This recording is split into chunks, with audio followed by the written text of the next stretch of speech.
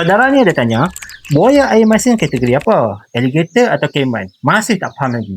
Okey, pertama kali dekat bawah ni saya asingkan dulu buaya, alligator, caiman dengan gharial.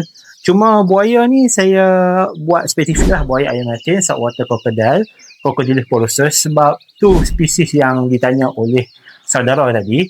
So daripada sini kita akan start daripada atas, daripada order ke bawah. Pertama untuk order Crocodilia.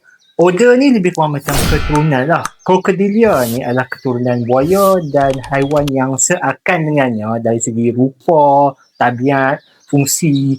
Order Crocodilia ni terbahagi kepada 3 keluarga ataupun family. 3 keluarga tersebut adalah keluarga Crocodilidae, Alligatoridae dan Gavialidae. So daripada 3 keluarga ni, kita start daripada Gavialidae dulu. Gavialidae merupakan keluarga bagi gharial. Manakala Alligatoridae ni, dia special pula. Dia dalam bawah dia ada 2. Satu kumpulan caiman dan lagi satu kumpulan adalah alligator. Itu untuk Alligatoridae. Manakala untuk Crocodilidae ni pula, dia adalah keluarga bagi buaya sebenar. So di situlah terdapatnya buaya air masin, saltwater crocodile, Crocodylus porosus.